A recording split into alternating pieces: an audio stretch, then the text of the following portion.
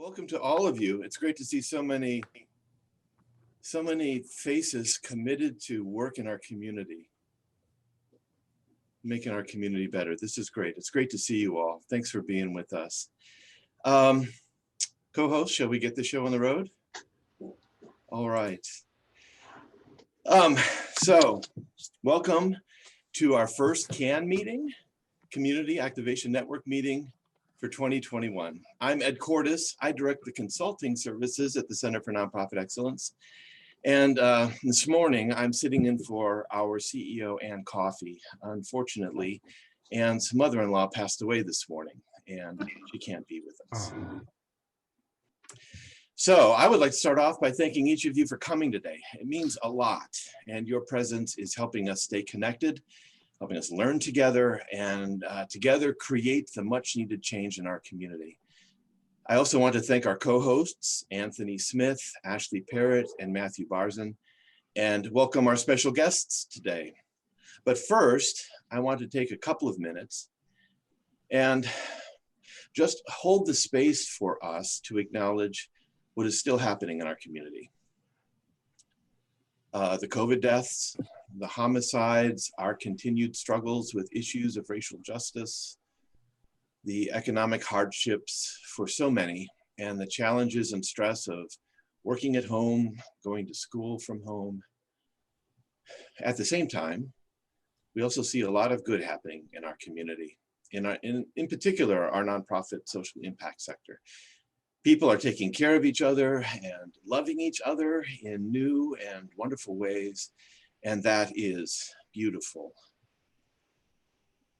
We're also starting a new year with hope, a vaccine, and we are continuing to have real conversations on what needs to change. So please take a moment with me here in silence, and let's just hold the space for the suffering and hold a space for the gratitude.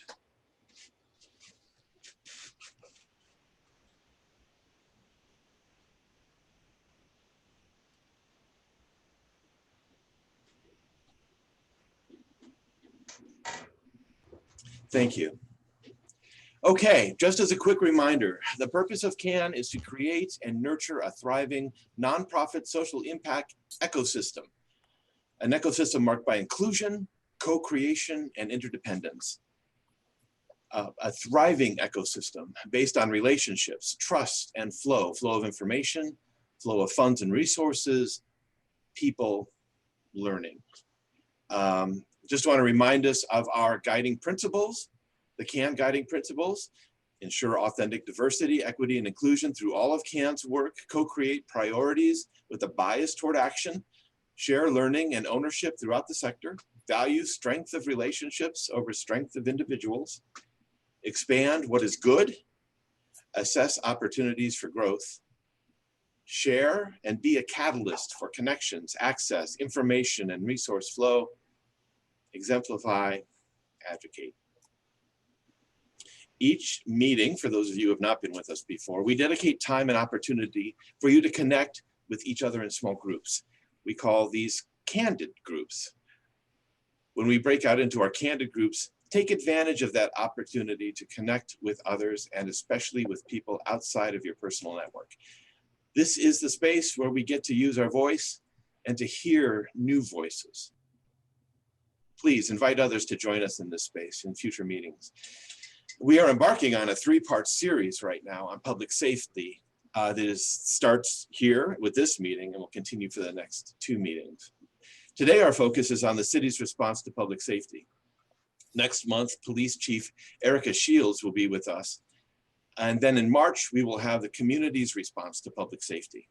Leading that discussion will be Dr. Eddie Woods, CEO, No More Red Dots, Deborah Barnes-Byers, Pivot to Peace, and Trinidad Jackson, Youth Violence Prevention Research Center. I encourage you to go ahead and register for those upcoming events. Right now, you can do that at our website. Just hit the CAN button. I want you to know too, we will also be recording the program, the first part of the session today. The Candid group discussions and following, however, we will not record. All right, let's get on with our program.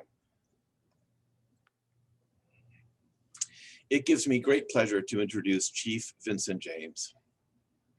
Vincent James serves as the Chief of Community Building that oversees 5 city departments, including Metro Parks and Recreation, Office of Youth Transition Services, the Louisville Zoo, Office of Resilience and Community Service, and the Office for Safe and Healthy Neighborhoods. He has a big, wide-ranging job. As Chief of Community Building, his responsibility is to ensure that there is a holistic plan that reduces community violence and strengthens community character, creating better health outcomes for every citizen. Chief James works with internal and external partners that include Louisville's faith-based community, nonprofit partners, and law enforcement to address the root causes of violence and the factors contributing to poor physical and mental health outcomes. Previously, Vincent served as the president of the Interdenominational Ministerial Coalition. That's an association of 236 houses of faith, where he brought together all sectors to aid a collective and collaborative approach to community transformation. As a passionate leader committed to economic justice and empowerment in underserved communities, Vincent used his experience and expertise to support the Office for Safe and Healthy Neighborhoods as the faith-based liaison, solidifying partnerships with an innovative approach to transformation. Committed to service, Vincent James served on the Mayor's Advisory Council for Safe and Healthy Neighborhoods and successfully chaired the Louisville City's United Initiative that has created the nationally known program Zones of Hope. Vincent James has achieved many accomplishments with his results-driven approach and business-oriented background. Years of experience with General Electric as a 6 Sigma black belt, that is no mean task, and a certified change agent has provided a wealth of knowledge. His operational and analysis expertise uses strategy and boasts dependability. With over 30 years of business and managerial experience, including training and data analysis, Vincent has developed many programs and initiatives into thriving and successful entities. We are fortunate to have Chief James with us in this critical position in our community, and we're grateful that he is with us today to walk us through this important topic, the city's response to public safety. Chief James, thanks so much for being with us this morning, and I turn it over to you, sir. Thank you, Ed. I really appreciate that, and thank you for the introduction. You just helped me to realize how big of a job I really have. It doesn't feel like I'm working because it's just what I enjoy doing. And so it doesn't even feel like work. It's a joy to work and serve our city and serve our community. And our thoughts and prayers are definitely going out to Ann this morning as well. We know that that is a very trying time when you lose a loved one. It's doing at such a time as this. But, you know, I am excited to be here this morning. And I thank you all for having myself, and I'm going to talk and introduce a little bit later our newly appointed director for the Office for Safe and Healthy Neighborhoods. But I just wanted to kind of just give a brief overview of some of the things that have happened and some of the things that we're doing, and then introduce the new director, Monique Williams. You know, when we think about what is happening in our city and we think about what's happening really all across the country, you know, this current reckoning with structural violence that's really related to, you know, long histories of systemic racism and violence in our communities. And so when we think about, you know, our current context, that what we have before us is really a incredible opportunity for communities to begin to reimagine what their public safety infrastructures entail and really invest differently in public safety than we've ever done before. Because it's often been said that we're not going to police our way out of our current situation. What do we have to do? We have to really begin to look at how we're investing in public safety. And there's really several key factors that will be critical to the effectiveness of our attempts to really transformation in our city. You know, the key is really having these conversations with community members that really take a broad approach, focusing not just on policing, but public safety. Because if I was to ask everyone to close their eyes for a moment and define for me, when you close your eyes, what is public safety? Where do you feel most safe? most people would describe, I feel safe in my home, I feel safe in my neighborhood, I feel safe in my community.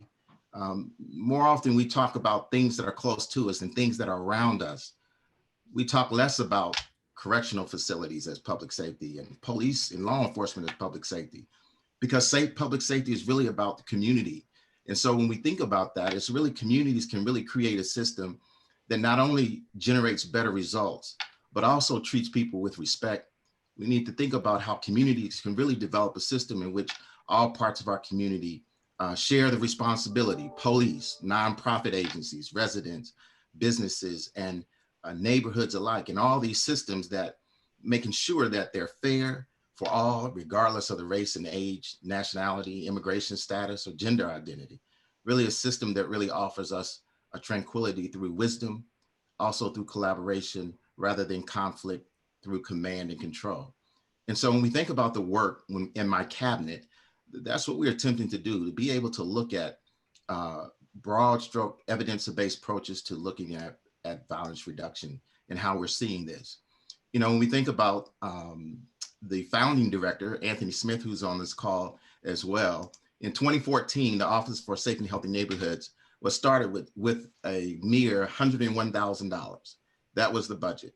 That's what the city started with. It was a new concept, a new idea. But when you think about the progression of what has taken place in our country, when we think about violence and we think about community, that investment is not commiserate with what we're seeing in our community. And what I mean by that, in terms of, we have to rethink how we're investing in alternatives to public safety, like the Office of Safe and Healthy Neighborhoods. Also, when we think about the impacts of systems within our community, what needs to be changed and the acknowledgement of that. And so with the work that we're doing, we're excited to be able to partner with community leaders such as yourselves, all those who are on this call, to really be able to make a difference in our community. And I'm excited to be able to have with us this morning, Monique Williams, who comes to us as a joint appointment with the University of Louisville. Monique Williams, she served the past 5 years.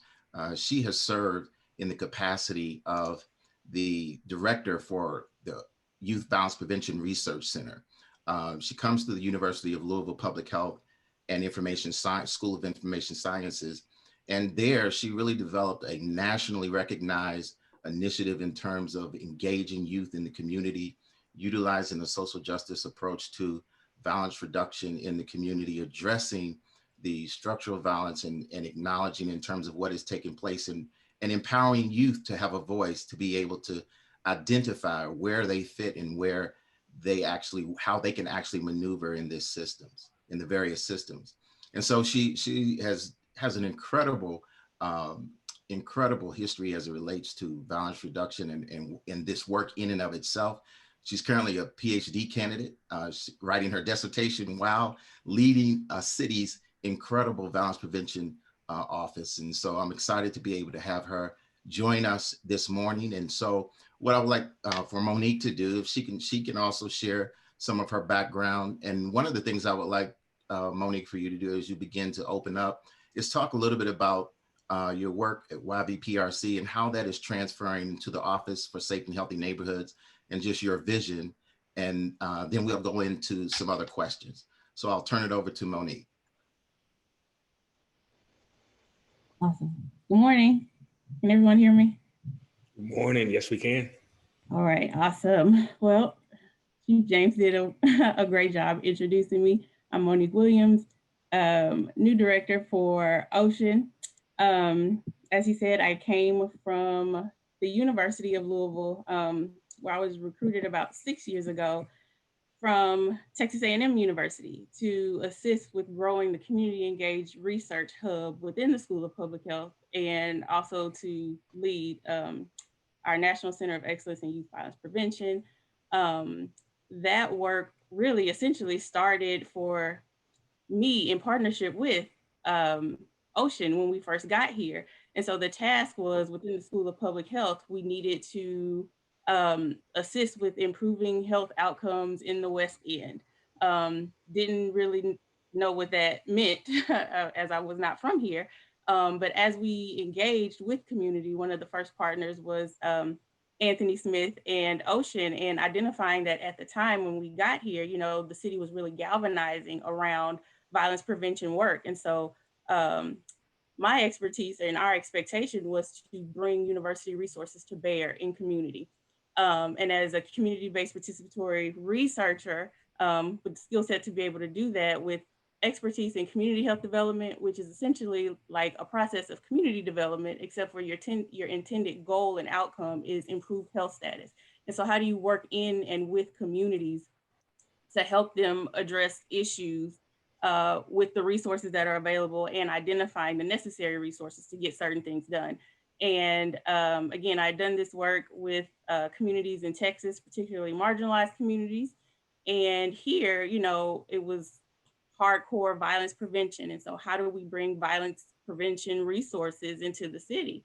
And so we worked with a lot of community in the first few years here, just trying to get an idea of what community thought about the violence issue in the city.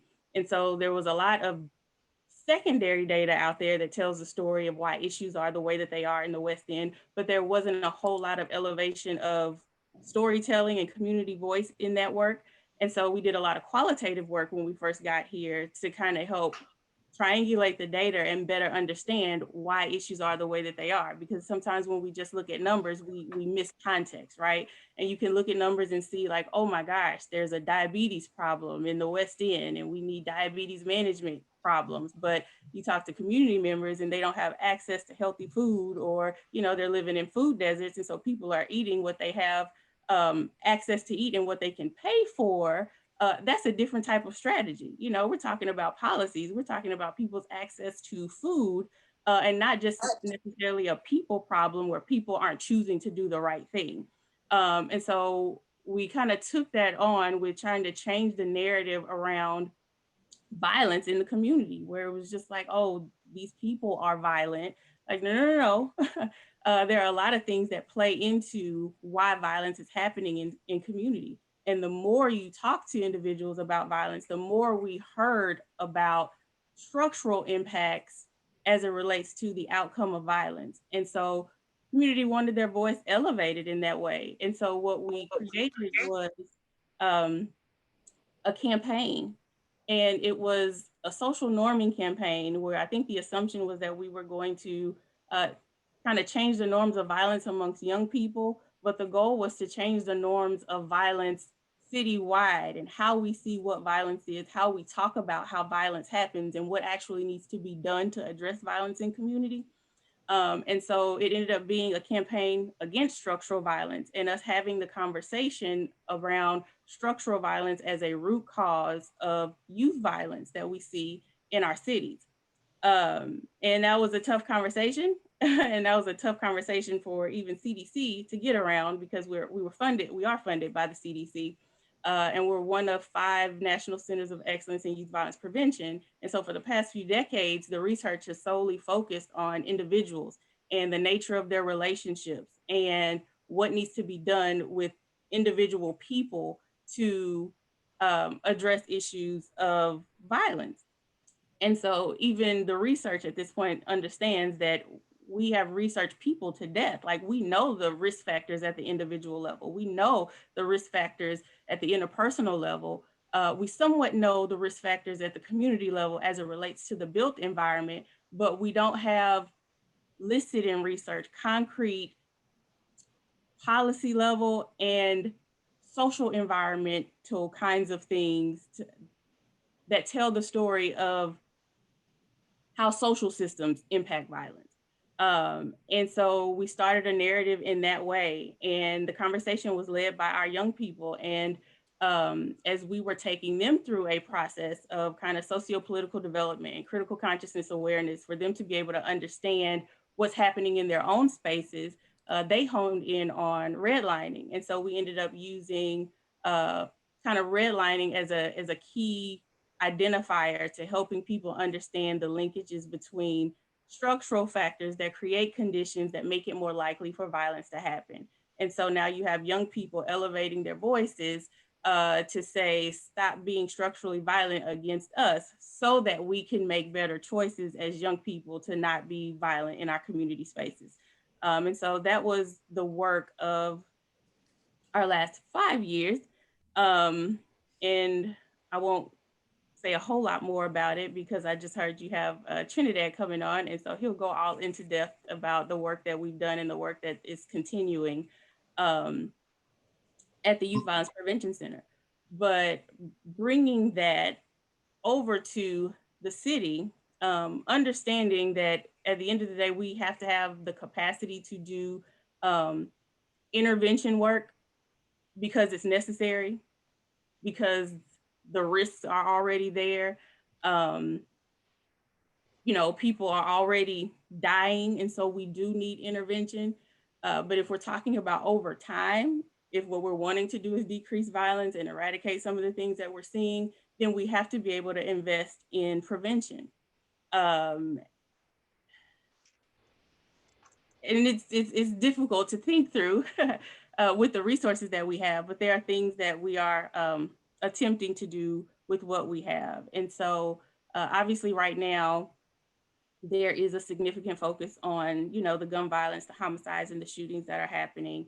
And so now we have the group violence intervention that is here in the city that is, you know, very targeted for shooters or people that are identified as shooters. And the intent is to engage those individuals very specifically to try to see what can be done to keep them from utilizing violence. And so wrapping around supports with those people to help them be able to make different decisions. We have, as I think had already been mentioned, our Pivot to Peace program, and you'll hear more from Ms. Deborah, where we're supporting the partnership between U of L Hospital and Peace Education in their ability to respond to those that have been injured, and whether that's a gunshot wound or a stabbing victim, who now has the opportunity to have some case management and resources provided for them. Also in the same way, trying to see what we can do to get them away from either being re-injured or any type of retaliatory behavior. And then we have somewhat of the beginnings of an outreach strategy where we're wanting to really be able to get out in community and connect. We hear a lot of stories, a lot of times get phone calls about, you know, people who are concerned about their children and don't necessarily know where they can plug into. And so our ability to be out and engage with people and connect with those young people in particular, and bring them into a space with some mentorship and case management kinds of work, and then get them connected in the ways that they need to be connected, is a work that's definitely needed right now. We kind of have an exacerbated problem thanks to the pandemic, and a lot of our protective factors and our protective spaces for young people are closed. And so there's a lot more opportunity to engage in ways that they may not engage otherwise. And so, you know, we may see some initial decline just with the reopening of safe spaces like community centers and other spaces that young people deem safe, and they have that ability to engage with those safe, caring adults who can do some support work.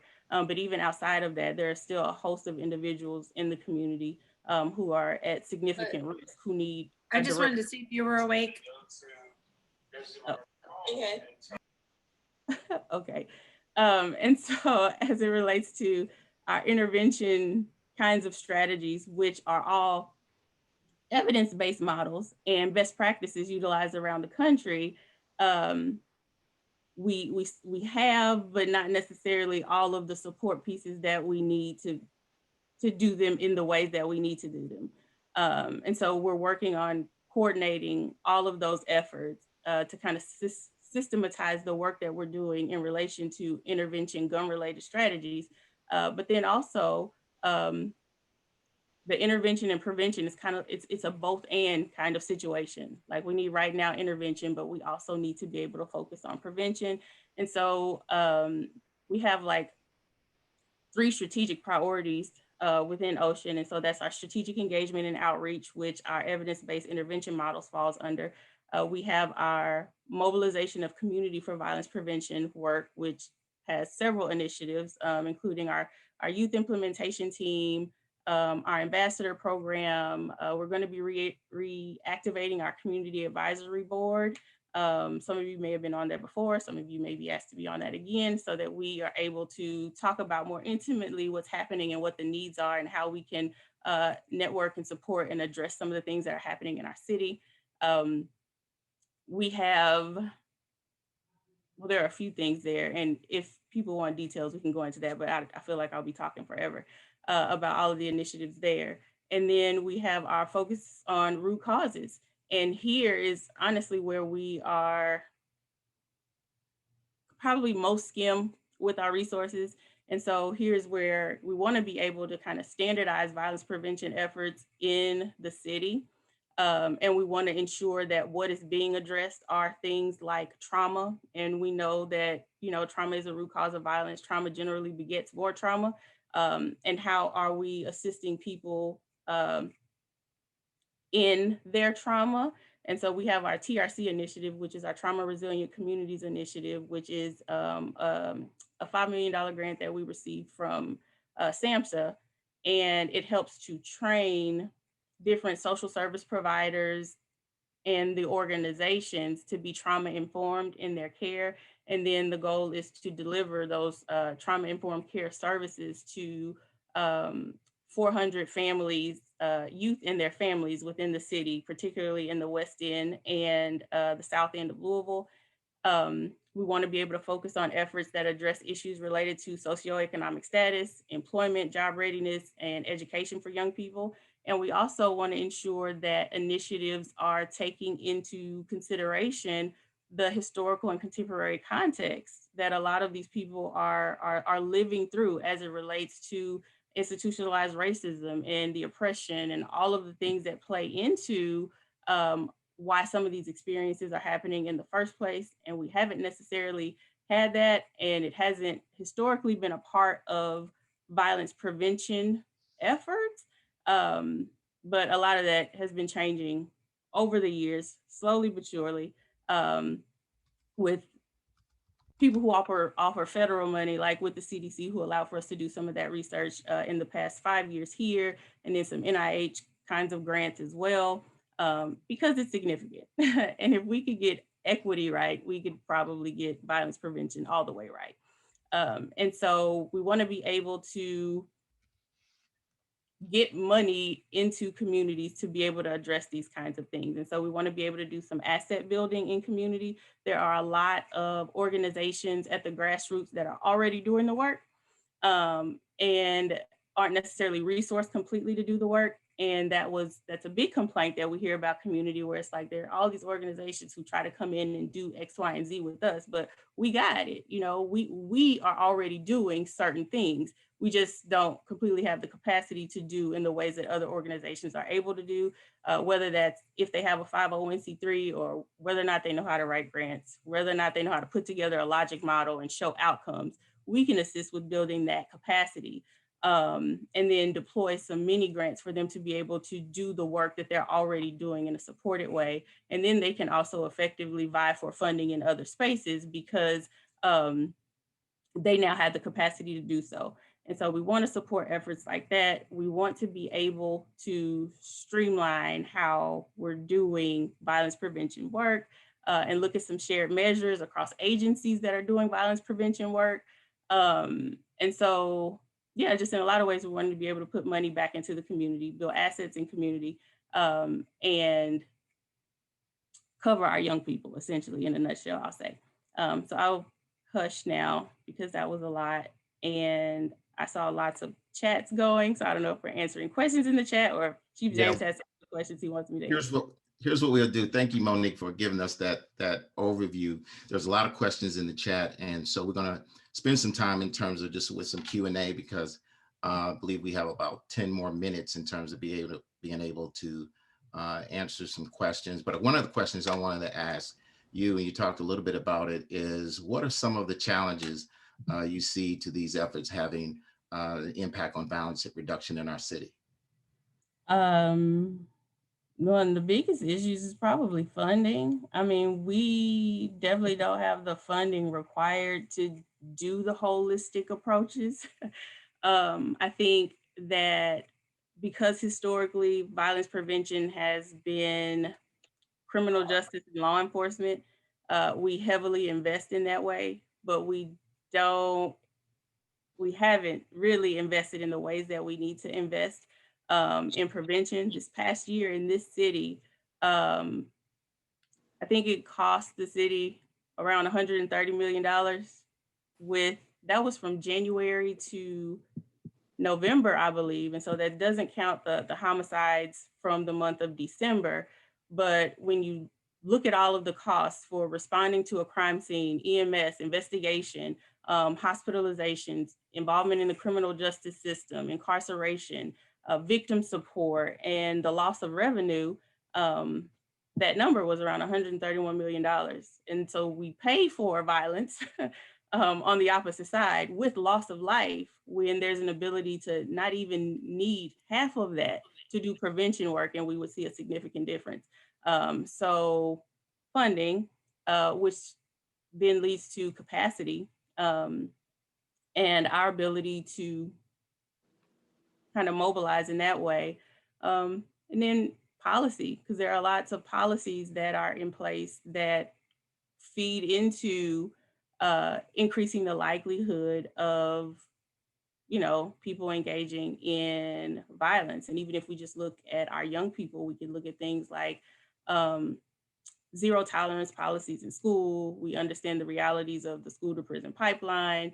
We can look at things like minimum wage and the significance of just even sometimes paying young people, which is something that we identified even in the work that was done at YBPRC, where when trying to engage young people at one point in time with just like a stipend for their engagement, we couldn't really get them to engage. But once we employed young people at the university, it was a game changer. And so a lot of times that's what they're looking for. Like, they're having to meet needs sometimes as young people that they shouldn't have to meet, but nonetheless, it's what they have to do. And so how can we employ young people in these in positive ways to be able to contribute in ways that are beneficial to them and our city? So, I mean, and there are a list of different policies that we can go through that kind of impede how we do violence prevention work. And also too, like gun policies, whether people like to have the conversation or not. You know, we learned some very scary things from young people over the past 5 years. There are places where young people can like buy bullets. Like, you could just go and buy a bullet for $1, right? Like, why is that okay? They talked about being able to get a gun is sometimes easier than getting a job. Gun sales, or, you know, exchanging at school, before school, after school. So, I mean, there are a lot of things that challenge our ability to be successful, just because there are loopholes in policy in a lot of ways. Well, thank you for that. I know Ashley Parrott was going to be monitoring the chat, and so she may have a couple of questions from the chat. There is a lot of good conversation going on in the chat. So I would like to ask that we extend to 9:45 so we can cover some of these questions. And for those that we can't cover, I will say that we are looking to have the new police chief come in next month. And so that'll be an opportunity to engage with her, hear about her priorities, but then also address these questions with her directly. So I think that'll be a great opportunity for this group as well. So there's a lot of discussion about city budget and investment, and how we, you know, take a big chunk of our budget and put it into policing versus investing in a lot of these holistic approaches that you're talking about here, Monique. So that's one question is, why? why is the city continued to invest in policing? Is there a plan, or is there going to be a pivot to more community focused investment as opposed to that heavy focus on policing that really, I mean, hasn't been working? So That's a tough one. it is new to the city. But I mean, I will say somewhat of a tradition of doing things. I can't explain it. I vibe for, reimagining how we're doing public safety because we understand that, violence is a public health issue. And there are risks for violence and there are protective factors against violence. There are things that we can do to ensure that violence doesn't happen that does not require law enforcement. Law enforcement is reactionary. Law enforcement is needed after something has happened. Law enforcement does not prevent violence in the ways that we're seeing it in our communities. And so I think it takes even the collective voice of community as you all as community members to tap your council people about, how things are being funded and what it is that you want to see in your city. And I don't know if Chief James has something to add to that from a historical perspective, but essentially that's where, decisions are made. And those are the conversations that, we need to engage in with our legislators. Yeah, I'll add just a little bit to that in terms of how important it is that we engage, and it really takes the city, re-engage our legislative branch when we talk about the budget. And when you hear in April, the mayor will present a budget to the Metro Council, but ultimately it's the Metro Council that votes and makes the decision on the final appropriation of the budget. So there's a process in which the mayor, during his annual speech that he projects, he shares his budget and the recommendations that he's putting forth. A couple of things I know in terms of what we're seeing already with the mid-year appropriations, that there's been more investment in terms of with the Office for Safe and Healthy Neighborhoods to create an outreach team that's in the community that goes out into the community that Monique discussed. Also, we're providing resources to the Office of Resilience and Community Services to create a homeless division, to really begin to address the homeless issue in our community in more of a systematized way and approach to be able to address a lot of the challenges that we're dealing with our homeless population. But overall, it's the community's voice that people will hear. As the community raise the voice for more investment in alternative approaches to violence reduction in law enforcement and public safety, then we're going to see a shift because the community all over the country, all over the world was protesting for social justice. And we're seeing the systemic changes taking place as a result of that. And so, I want to encourage everybody on this Zoom stream to be able to express what your desires are with your council person. That's so critical in the process, as well as the administration. That's helpful. I don't really know what the etiquette is on these calls because I'm kind of new to them. But, and I'm Stacia Bussy. I'm the executive director and the founder of Hope Bus. I'm a West Indian. And first, it's really about reallocating. We are not doing that well. And, I kind of ask questions. I'm a preacher, I know Reverend Vincent James. I've been on the front line of those protests. I've been hit with some of those pepper bullets and stuff that they spent money on. What I'm trying to figure out is why do we find money in a hurry for some stuff? And then other stuff is just like, we'll wait and see what Metro Council votes on. The Metro Council vote to spend, almost $500,000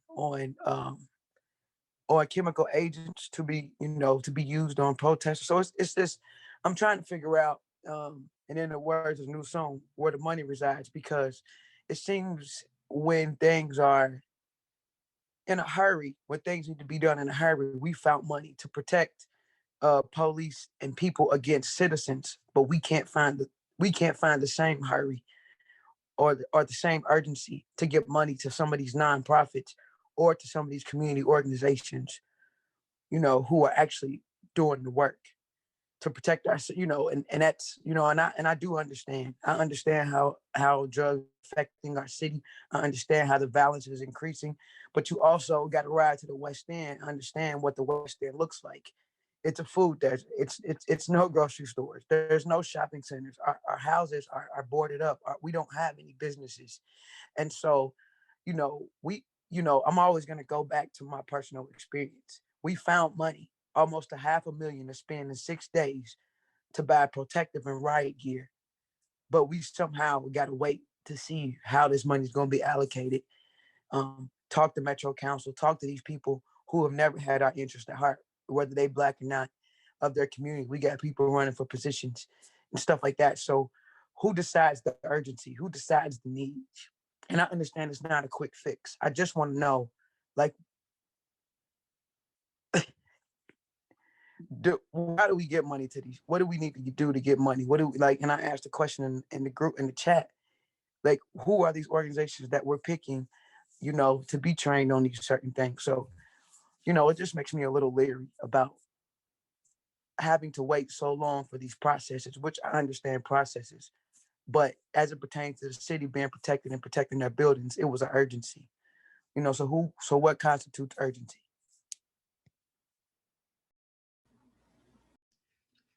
Well, Stacia, thank you for that.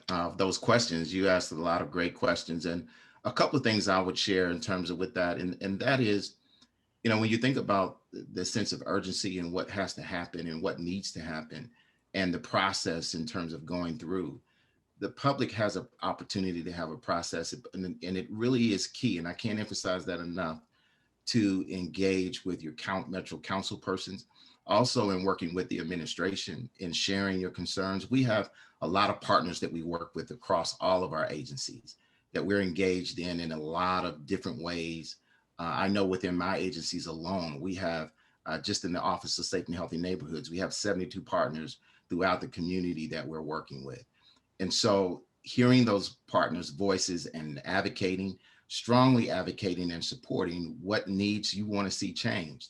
It really is. It's a matter in terms of going all the way back to the vote, getting people in office, number one, that has your heart and passion for change and what you want to see.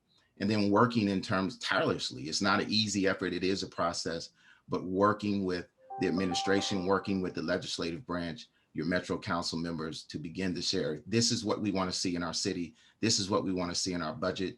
We want to see more resources in whatever area you're requesting, but you have to be able to get in front of the council, in front of the administration, and share those things and talk about those things and bring them to the forefront.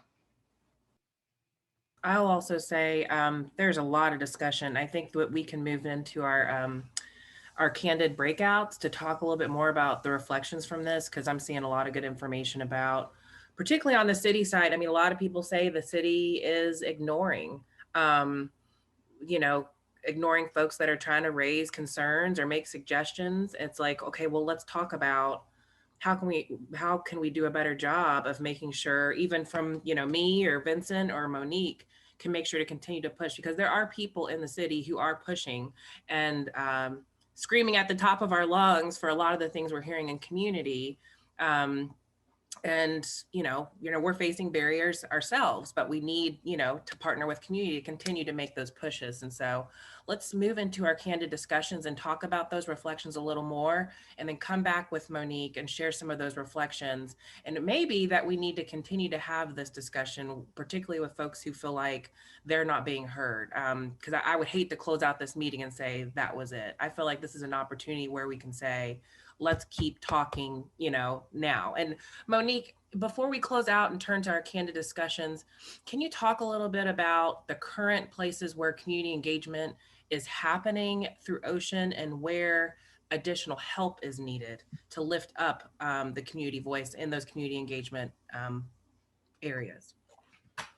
Sure. So we have our faith engagement, which is carried out by our faith-based liaison, Dr. Bishop Kelsey, and he's kind of galvanizing the faith community to be able to have conversations. I believe we're having one on, I want to say February 6th, and that'll be promoted. And I mean, I feel like anybody is welcome. We're going to be able to have this conversation in community to hear again, to elevate talk about what Ocean is doing and to hear from community about what they think and what they believe the needs are. And I mean, that has been done for years. And so I get it when people say, you know, they're tired of talking and they've said this and they've said that. But just as you mentioned, Ashley, that I mean, being in government has presented itself with, you know, all of the constraints that you have to learn how to work around or deal with.